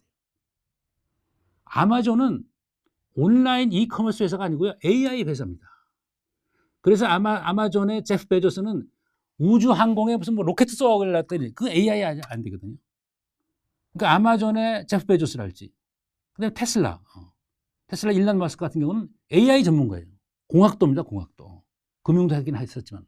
그러니까 이렇게 고도의 실력이 있기 때문에 이커머스는 좀 쉽게 보일 수가 있다는 얘기입니다. 그래서 아마존 같은 경우는 책만 가지고 원래는 온라인을 했는데 이제는 뭐 책뿐만 아니라 모든 걸 다 해요. 네. 한번 들어 명품도 팔아요. 이제 명품도 팔고 한번 아마존 없는 게 한번 다 파는 거예요. 책뿐만 아니라 잡화가 되는 겁니다. 그러니까 이것은 왜 그러냐면 이 산업의 특성상 직접 접촉의 필요성이 낮고 AI, 온라인 등 신기술 혜택이 높기 때문에 이거 오프라인 기업은 상대가 안 된다는 얘기예요. 이커머스 지금 요새는 책방이 뭐 이커머스 안 하는 회사가 있어요. 그럼에도 불구하고 아마존이 튀는 이유는 이커머스가 많지만은 그럼에도 불구하고 쿠팡이 트는 이유는 뭔가 다른 거예요. 그러니까 직접 접촉의 필요성이 낮고 신기술 혜택이 높기 때문에 일단 이런 소매업, 책 잡화가 되는데 반대가 있습니다. 여행산업. 여행은 무슨 뭐 여행기만 볼 수는 없잖아요. 가봐야 되잖아, 실질적으로. 비행기도 타고 호텔에 가야 되잖아요. 그러니까 직접 접촉의 필요성이 높습니다. 네. 그 다음에 뭐 항공, 호텔, 무슨 온라인 예약을 하고 뭐 이런 걸 하지만은 그래도 온라인 AI가 이게 아마존만큼 중요하진 않아요. 그래도 사람이 이게 직접적으로 해야 되는 겁니다. 그러니까 소매업과 여행은 좀 다른 위치에 있습니다. 그 다음에 극장과 스포츠는 지금 극장 같은 경우는 무슨 넷플릭스 이래가지고 책과 마찬가지로 이제 스트리밍 해가지고 이제는 꼭 극장 갈 필요가 없으니까.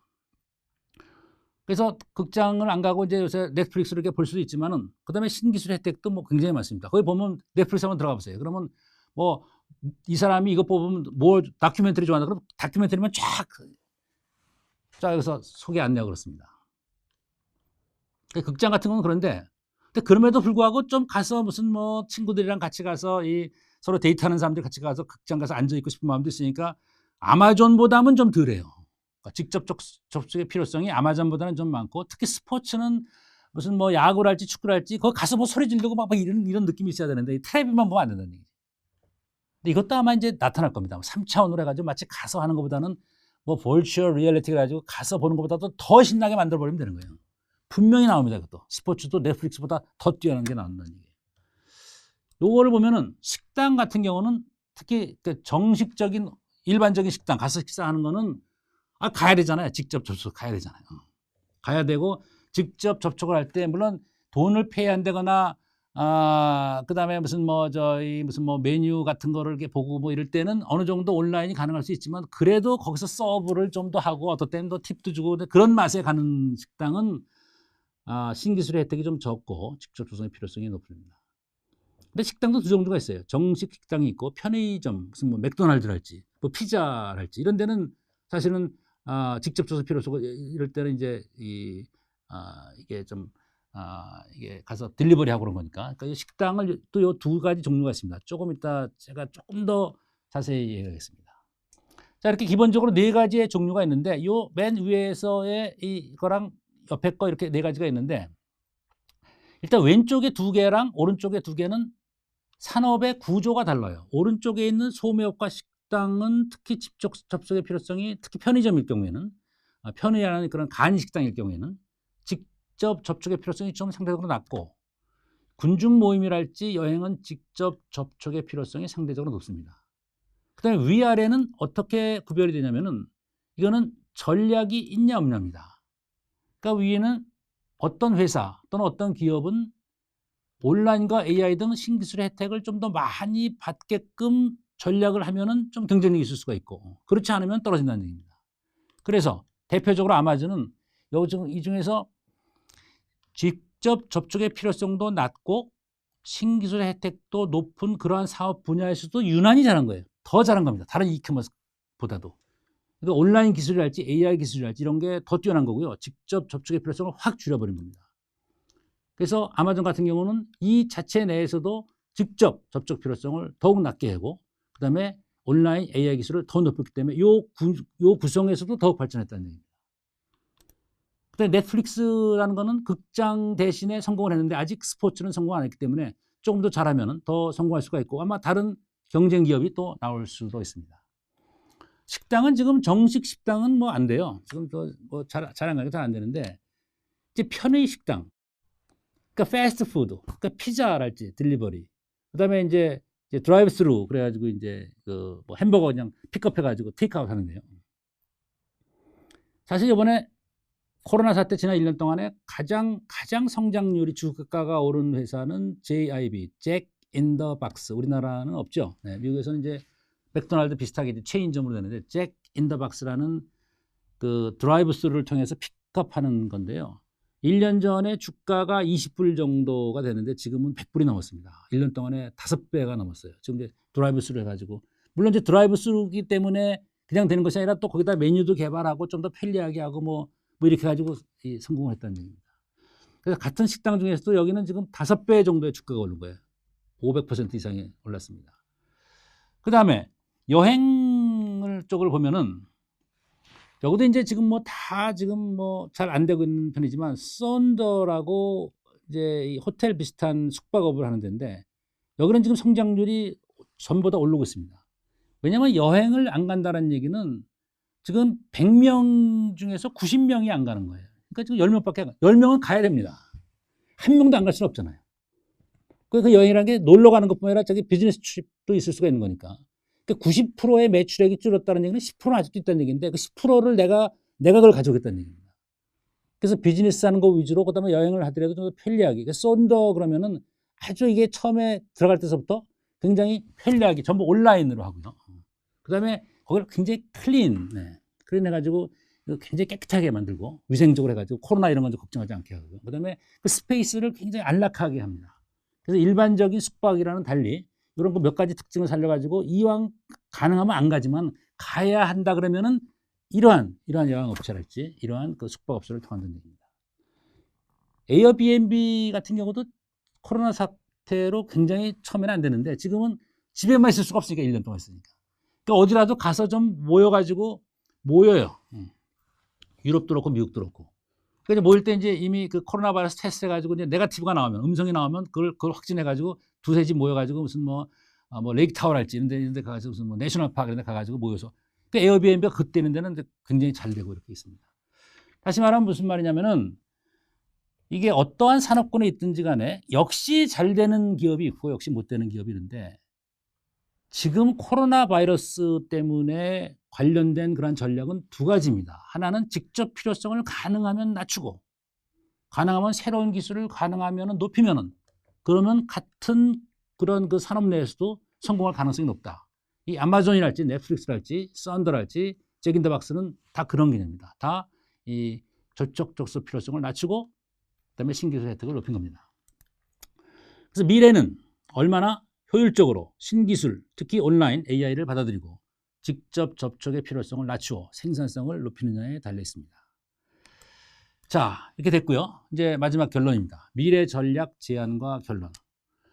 그러면 언제 이러한 개혁, 이러한 전략적 선택, 언제 이러한 걸 해야 되느냐? 언제 해야 됩니까? 빨리 해야 됩니다. 미래 전략의 수립과 실행인데 빨리 하는데 그냥 빨리 하는 것이 아니라 보통 사람들은 자꾸 예측을 해요. 저도 이제 가끔 이제 기자랑 얘기를 하고 뭐 이렇게 다른 데 얘기할 때는 내년의 경제 상황이 어떻게 될 것입니까?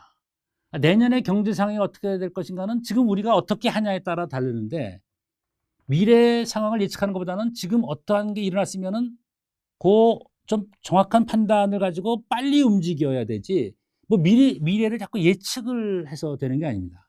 언제 시작을 하느냐? 민첩하게 시작을 해야 되는데 어질리티인데요.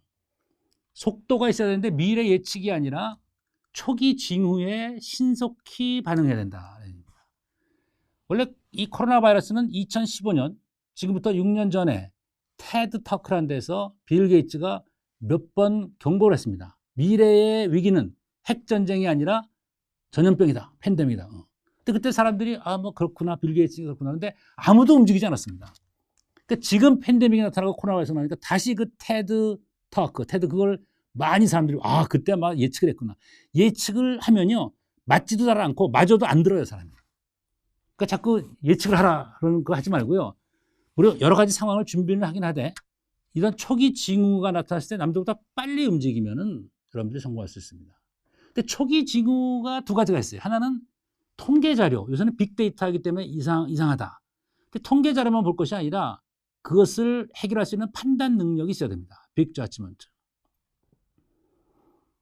그러니까 트럼프 대통령이 작년에 이 코로나 바이러스 때 코로나 바이러스 심각성에 대해서 얼마나 많은 기관에서 통계 자료를 보냈겠습니까?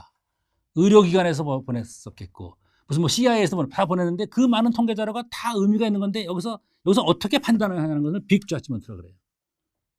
이럴 때는 통계학자만 아니라 이게 경륜이 있어야 됩니다. 내공과 경륜이 있어야 됩니다.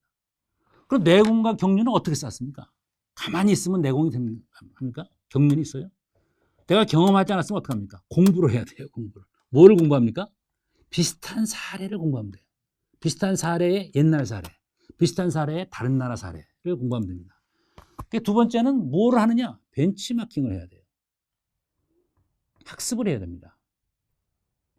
과거와 현재의 성공 및 실패 사례. 그래서 제가 이 팬데믹을 가지고 유럽의 흑사병, 그 다음에 무슨 영국의 대역병, 그 다음에 스페니시 플루 이것까지 한 겁니다. 이러면 우리가 이제 지혜가 생기고 짧은 시간 내에 경륜이 생기는 거예요. 그걸 잘 공부를 하면요. 나는 안다. 나는 지금 스페니시 플루가 스페인이 아니라 미국이 안다. 당신은 모르지. 이게 아니고 이런 거를 종합을 해보면은 그 다음에 잘한 나라 못한 나라. 대만은 잘한 것 같고 베트남도 잘한 것 같고 왜 잘했을까? 역사적인 사실을 가지고 공부를 하고 그 다음에 현재의 다른 나라의 상황을 공부를 해가지고 보면은 뭔가 플러스 알파가 나가서 그러면 한국은 이러면 되겠구나. 우리는 이러면 되겠구나. 공부 플러스 알파가 돼야지 나오는 것이고요. 무조건 블루오션을 한다 할지. 이거 큰일 납니다. 블루오션 하면요. 네. 잘 조사해가지고 내공을 쌓은 다음에 그 다음에 플러스 알파를 합니다. 그 다음에 이제 융합을 하는 거죠. 관련 및 지원 분야를 하는 겁니다. 그래서 무조건 한 가지만 하는 것이 아니라 이제 이것저것 합해서 예를 들면 방역은 방역대로 하고 기술 개발은 기술 개발대로 하고 또 경제를 지원은 뭐 지원대로 하고 기술 개발은 또 기술 개발대로 하고 뭐 여러 가지 해가지고 융합을 할 수 있어야 되는 겁니다. 기술 개발만 해가지고 되는 것도 아니고 방역만 해서 되는 것도 아니고요. 단순히 한 분야의 전문성을 넘어서 전문성을 연결하는 전문성을 만드는 겁니다. 유명한 그 경영의 구루인 피터 드러커 교수가 말한 겁니다. 진정한 의미의 전문성은 한 업무를 파는 것이 아니라 하나만 믿는 것이 아니라 여러 가지의 전문성을 연결시키는 상위의 전문성. 이것이 이제 지도자의 리더십이 되겠습니다. 자, 마지막으로는 확실히 해결해야 돼요. 전심전력을 해야 됩니다. 데디케이션 해야 됩니다. 근면 지속적으로 노력해야 될 뿐만 아니라 목표를 하나 더 나가서 단순한 생존이 아니라 번영을 해야 됩니다. 위기를 기회로 만들어야 됩니다. 네 가지가 되는데요. 하나는 민첩하다. 하나는 일단 공부를 해서 플러스 알파를 해야 된다. 여러 가지의 상황, 여러 가지의 지식을 융합을 해야 된다. 그 다음에 확실한 목표를 가지고 전념을 해야 된다.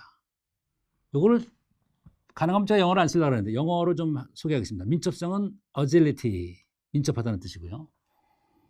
그 다음에 벤치마킹은 B로 시작을 하죠. 융합은 convergence, 그다음에 전념은 dedication, 아주 충분히 전념한다는 얘기입니다. 그래서 첫 글자만 따면 어떻게 된다고요? A, B, C, D가 됩니다. 원래 이 A, B, C, D 전략은 제가 이 한국 경제의 성공 전략을 옥스퍼드 대학에서 나온 한국 경제 성공 전략에 대해서 뭐 값싼 노동력, 뭐 정부 수출 진흥 정책 이런 것이 아니라 한국 사람들이 더 빠르고 정확하고 잘 공부하고 융합할 수 있고 우리는 반드시 잘 살겠다라는 이러한 문화적이고 태도적인 것이 더 중요한 것이 이러한 중요성을 가지고 한국 경제가 발전했다고 푸는 게 이제 ABCD 모델에서 이제 이게 나온 2016년도에 나온 책인데요. 이 모델을 코로나 바이러스에 적용해 봤더니 그대로 딱 들어맞는 것 같습니다. 만약에 더 자세히 알고 싶으면 한번 보시고요. 어쨌든 남들보다는 빨리 민첩하게 그러면서도 정확하게 빨리빨리가 아니라 민첩하다는 것은 빠르면서도 정확한 게 민첩한 겁니다. 공부를 하고요. 혼자 자꾸 블루오션 가려고 그러지 말고요. 융합을 해야 됩니다. 그 다음에 전념을 합니다. 자, 이렇게 이제 네 가지의 구체적인 전략이 있는데 마지막 결론은 단순한 생존을 넘어 번영으로. 제가 이 강의를 시작할 때 사람과 동물이 다른 점은 다른 생명체의 동물은 서바이벌 하는 걸로 만족인데 그러니까 다른 생명체는 발전이 없어요. 그대로 똑같습니다. 뭐 100만 년 전 그런 뭐 늑대는 지금도 늑대고요. 10,000년 전 강아지는 지금도 강아지입니다. 근데 사람은 달라지잖아요. 우리는 생존을 넘어서 번영을 하기 때문에 그래요. 그것은 위기를 기회로 만들었기 때문에 그렇습니다. 보통의 일반적인 강의는 그러니까 이 어려운 시기를 위기를 기회로 하고 여러분들이 실망하지 말고 꼭 기회로 합시다 라고 보통 끝내는 게 일반적인데 저는 여기서 하나 더 나가야 돼요. 위기가 기회다라는 것은 의미가 없고요. 어떻게 하면 위기를 기회로 만드냐까지도 얘기를 해야 됩니다. 그래서 마지막은 어떻게 하면 위기를 기회로 만드느냐로 말씀을 드리고 마무리를 짓겠습니다. 결론. 위기는 기회다. 기자가 기자인데 지금 위기지만 이게 기회다. 그러니까 뭐 기다리면 기회도 올 것이다. 이것은 가만히 앉아가지고 감나무에서 감 떨어지기 기다리는 거랑 똑같은 얘기가 됩니다. 감 나와서 안 떨어지면 올라가서 따야 돼요. 올라가서 따야 되는데 가장 효율적으로 가장 해야 될 것을 해야 이게 딸 수가 있는 겁니다. 가만히 있어서 위기는 기회가 오는 것이 아니고요. 운 좋은 사람한테 기회가 오는 것이 아니고요. 기회를 잡고 기회를 만드는 사람한테 기회가 옵니다. 어떻게 해야 되냐면요. 두 가지를 해야 됩니다.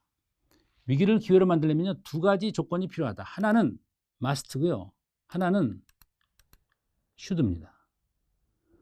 우리나라 말로 무엇을 해야 한다 그러면은 하나지만 영어에서는 두 가지 단어가 있습니다. 하나는 must, 하나는 should인데 우리나라 말로 하면 다 뭐뭐 해야 된다고 해석하지만 must는 반드시 해야 되는 겁니다. This is a must. You have to do it. should는 꼭 해야 되는 건 아니지만 하면은 무지무지 좋다는 얘기입니다. You should study. 너는 공부를 열심히 해야 된다. 공부 열심히 한다고 죽는 거 아니잖아요. 그렇지만 공부를 열심히 해가지고 하면은 굉장히 좋은 일이 있어요. You should work hard. 근데 you must는 예를 들면 너는 지금 법을 지켜야 된다. 그러면 그때는 must를 써야 돼요. 만약에 법을 안 지키면 감옥 가게 되는 거니까. 그러니까 must는 반드시 해야 되는 거고 should는 하면은 굉장히 좋은 겁니다. must는 반드시 해야 되는 거는 이것은 survive예요. 이거 안 하면 죽는 겁니다. 죽어야 돼요. 법을 안 지키면 안 되는 거니까. 우리 경영 경제에서는 모두에게 필요한 것. 예를 들면 자동차. 나는 자동차 안 타. 그게 요새는 자동차 안 탈 수가 없잖아요. 그럼 뭐 서울서부터 부산까지 걸어갑니까? 안 되잖아요. 휴대폰이 처음 나왔을 때 한 10여 년 전만 하더라도 우리 교수님들 중에서도 나이 좀 드신 분들은 한 10명 중에 2~3명은 나는 휴대폰 그거 비인간적이야. 나는 그냥 휴대폰 전화 안 오면 자기네들이 아쉽지 뭐 내가 아쉬워. 그래서 휴대폰을 안 가지고 다니신 분들이 있었어요. 한 10여 년 전에. 지금은 한 명도 없습니다. 휴대폰 없어가지고 사회생활 할 수가 없어요. 파워포인트. 이것도 한 20여 년 전에 사실은 여기 우리나라에 들어왔는데 그전에는 오버헤드라 그래가지고 이제 플라스틱 해가지고 이렇게 환등기에서 한번 이렇게 보여주는 거예요. 그 다음에 이제 파워포인트가 나오니까 뭐 화려하고 현란하고 뭐 이렇게 나오니까 그때도 많은 교수님들이 그거 비인간적이야. 나는 흑판을 쓰겠어. 근데 지금 파워포인트 안 쓰면 상당히 불편합니다. 파워포인트 일단 써야 돼요. 온라인 강의 안 하면 안 됩니다. 지금.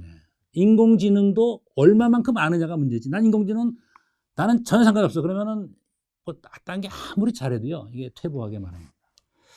그래서 아까도 얘기했다시피 자동차의 기능을 속속들이 아느냐 아니면은 적절히 아느냐 아니면 운전만 하느냐 아니면 그냥 자동차에 빌려 타고 다니냐의 레벨의 차이가 있을지언정 자동차를 무시하고 서울에서 부산까지 걸어갈 수는 없고, 휴대폰도 얼마만큼 그것을 잘 활용하느냐, 아니면 난 전화만 한다. 어쨌든 종류가 있지만 좀 써야 되고요. 파워포인트도 좀 쓰면 좋고요.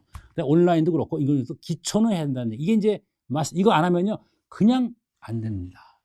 여러분들이 어떠한 직업에 있든 지금은 인공지능과 코로나에 따른 다른 온라인 할지 이것에 대해서 감이 없으면 절대로 안 됩니다. 그러면 이것만 하면은 내가 경쟁력이 있느냐? 아닙니다.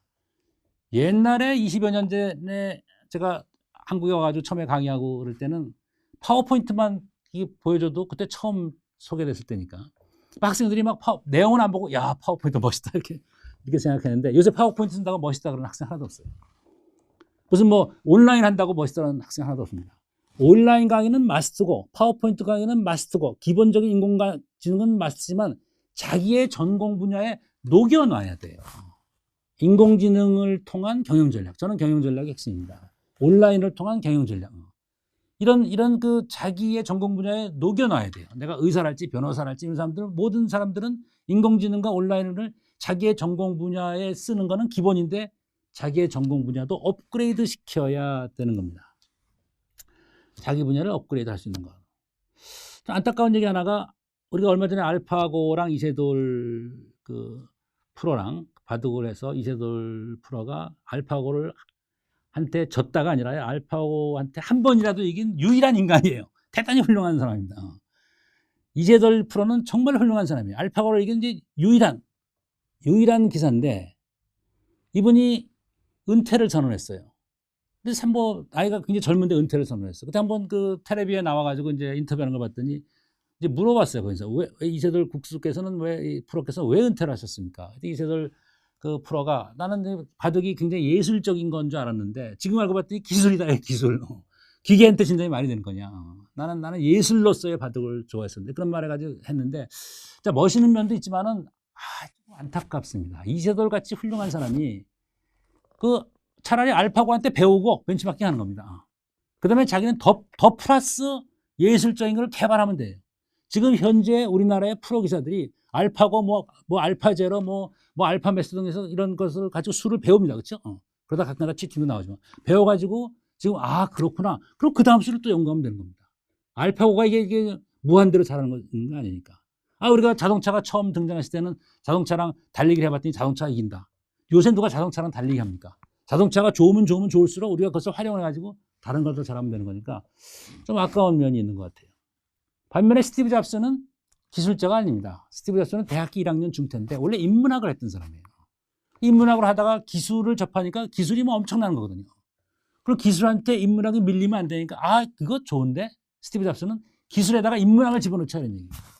그게 나온 게 이제 아이폰이 되는 거예요. 핸드폰이.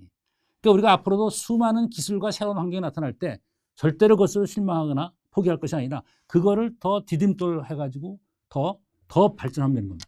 그래서 우리 이세돌 같은 이게 훌륭하신 분이 또 다른 분들도 알파고 뭐가 나오면 그건 뭐 인간이 할 수 없는 기계니까. 대신 인간이 수 읽기에 대해서 상당한 도움을 줄 테니까 그런 걸 받아들이고 플러스 알파 해가지고 더욱 바둑을 발전시키기를 바랍니다. 자, 마지막입니다. 변화에 끌려갈 것이 아니라 이번 기회에 반드시 경쟁력을 높여라. 내년 후년 되면요, 내년 이맘때 내가 어떻게 변해 있을지를 상상하고요. 여러분들 내년 후년쯤 되면 대단한 스타 플레이어가 나타납니다. 그 스타 플레이어가 여러분들이 되기를 기대하겠습니다. 끝까지 경청해 주셔서 고맙습니다. 강의를 여기서 마치도록 하겠습니다.